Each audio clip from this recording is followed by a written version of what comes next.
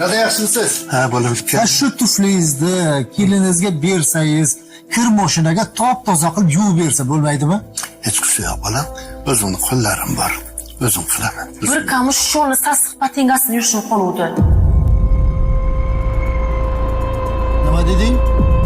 Shu kir yuvish mashinasi buzilib qoladi deyman-da. Tuba, endi bir kam patinga yurishim qoluvdi.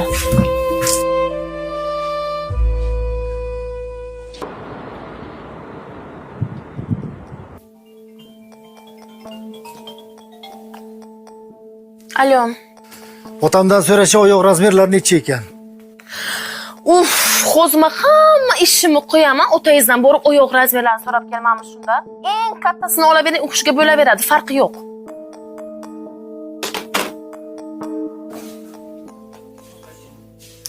Erkaklarga bir razmeri katta patinka topib bering. Bor. Mana bulardan bor. Chiroyli oyoq kiyimlarimiz bundan Bu bor. qancha turadi bu?